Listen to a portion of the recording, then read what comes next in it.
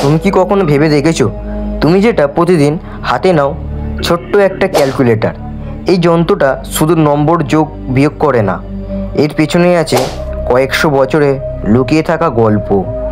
এক বিজ্ঞানীর যন্ত্রণা, আরেক বিজ্ঞানীর ব্যর্থতা, কারো প্রতিভা, কারো পাগলামি, সব মিলিয়ে ক্যালকুলেটর আজ আমাদের জীবনের অবিচ্ছেদ্য অংশ। আজকের ভিডিওতে আমরা যাব 400 বছর আগে, দেখব এই যন্ত্রটা কিভাবে জন্ম নিল, কিভাবে কাজ করে, কেন এটা মানুষের মস্তিষ্ক বদলে দিল, আর কিভাবে একটা যত্ন পুরো পৃথিবীর ইতিহাস বদলে দিল। তা বন্ধুরা, আপনারা দেখছেন এপি বং ভ্লগ। যদি চ্যানেলে নতুন হয়ে থাকেন তাহলে অবশ্যই কিন্তু আমাদের চ্যানেলটিকে লাইক করে সাবস্ক্রাইব করে পাশে থাকবেন, তাহলে এই রকম ভিডিও সর্বপ্রথম আপনার কাছে যাবে। তো শুরু করা যাক আজকের আমাদের ভিডিওটা নিয়ে। মানুষের সংখ্যা বাড়ছে, ব্যবসার হিসাব বাড়ছে, ট্যাক্স নিতে রাজারা জিনিস পাচ্ছে না, লোকেরা ভুল করে, হিসাব নিকাশে ভুল মানেই ক্ষতি।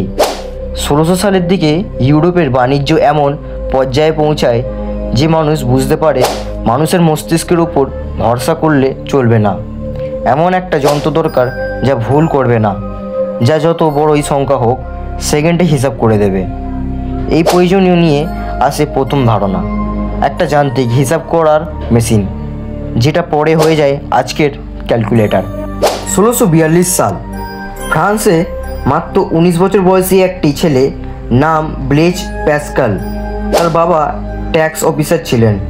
প্রতিদিন হিসাব করতে গিয়ে বাবা যে কষ্ট সেটা দেখে ছেলের মাথায় ঝেলিক। সে ভাবলো এমন একটা মেশিন বানায় যেটা নিজে নিজে হিসাব করবে। এইভাবে পৃথিবীর প্রথম ক্যালকুলেটরের জন্ম। প্যাসকেলাইন, এটা দেখতে ছোট বাক্সর মতো, ভেতরে গিয়ার চাকা, ধাতুর টুকরা, হাতে চাকা ঘোরালেই সংখ্যা যোগ হয়, আবার ঘোরালে বিয়োগও হয়। এটাই পৃথিবীর প্রথম মেশিন যা মানুষের ভুল কমিয়ে দেয়, যা হিসাব করে শুধু যান্ত্রিক শক্তিতে। 1672 সালে ব্লেজ প্যাসকেলের পর আরও একজন গুণী বিজ্ঞানী এলো, গটফ্রাইড উইলহেল্ম লাইবনিজ। যে শুধু হিসাব করতে পারেনি, সে হিসাব করা যন্ত্রকে বিজ্ঞান বানিয়েছিল। লাইবনিজের যন্ত্র প্রথমবার গুণ আর ভাগ করতে পারে। সে তৈরি করেছিল বিশাল এক ধাতব মেশিন, আজকের ক্যালকুলেটরের সবচেয়ে গুরুত্বপূর্ণ ধারণা, স্পিড রেকর্ডার, যা আজকের সব ডিজিটাল প্রসেসরের লজিকের বাপ দাদা। 1900 সালের দিকে মানুষ বুঝতে পারল গিয়ারের ক্যালকুলেটরের দিয়ে আর হবে না, এবার চাই দ্রুত গতি, কম শক্তি আর বেশি কাজ। এই সময় আসে এক কোম্পানি যার নাম ছিল CASIO। 1957 সালে CASIO বানায় 14A, বিশ্বের প্রথম সম্পূর্ণ ইলেকট্রনিক ক্যালকুলেটর। এটাতে গিয়ার নেই, মাইক্রোস্কোপিক আর সার্কিট দিয়ে হিসাব করত। এই আবিষ্কার পুরো পৃথিবীকে কাঁপিয়ে দেয়। বড় বড় ক্যালকুলেটর তখনও ডেস্কে থাকে, কিন্তু TI কোম্পানির ইঞ্জিনিয়াররা ভাবলো এই যন্ত্র যদি মানুষের পকেটে ঢুকিয়ে দেয়। তারপর 1967 সালে তারা প্রোটোটাইপ বানালো। 1972 সালে HP কোম্পানি বানালো HP 35, বিশ্বের প্রথম সায়েন্টিফিক ক্যালকুলেটর। এটি বিজ্ঞান, গণিত, ইঞ্জিনিয়ারকে বিপ্লব এনে দেয়। ইনপুট ইউনিট, তোমার বোতাম। প্রসেসর, যেখানে সব হিসাব চলে। মেমোরি, যেটা M+, MR, MC ধরে রাখে। ডিসপ্লে, LCD বা LED স্ক্রিন। এদের ভেতরে থাকে microchip, logic circuit, transistor, digital oscillator, যা মিলিসেকেন্ডে গাণিতিক অপারেশন করে। এরপর তুমি বুঝিয়ে দেবে বাইনারি কিভাবে কাজ করে, কেন 1 আর 0 দিয়ে সব হিসাব করা হয়, মাইক্রোস্কোপের কিভাবে যোগ বিয়োগ গুণ ভাগ করে।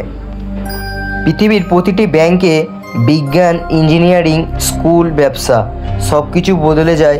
হিসাবে গতি আসে, ভুল কমে, আবিষ্কারগুলো দ্রুত হতে থাকে। স্পেস মিশন, বিজ্ঞান গবেষণা সব সহজ হয়ে যায় তারপর দিয়েই।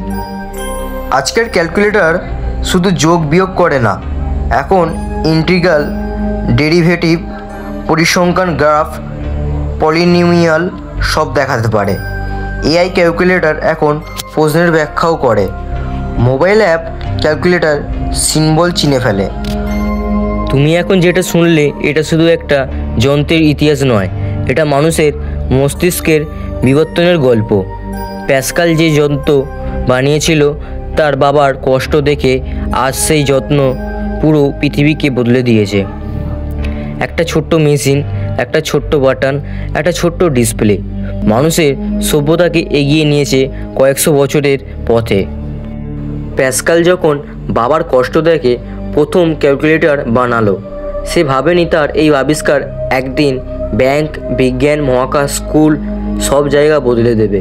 আজ আমরা যা জানি তার পিছনের আসল নীরব হিরো এই ছোট্ট ক্যালকুলেটরই। তো বন্ধুরা, কেমন লাগলো আজকের আমাদের এই ভিডিওটি? যদি ভালো লেগে থাকে তাহলে অবশ্যই কিন্তু আমাদের চ্যানেলটিকে সাবস্ক্রাইব করে পাশে থাকবেন, তাহলে এইরকম ভিডিও সর্বপ্রথম আপনার কাছে যাবে। তো আজকের এই ভিডিওটি কেমন লাগলো সেটা কিন্তু অবশ্যই কমেন্টে জানাবেন। তো দেখা হচ্ছে নেক্সট ভিডিওতে, ততক্ষণের জন্য কিন্তু বাই বাই।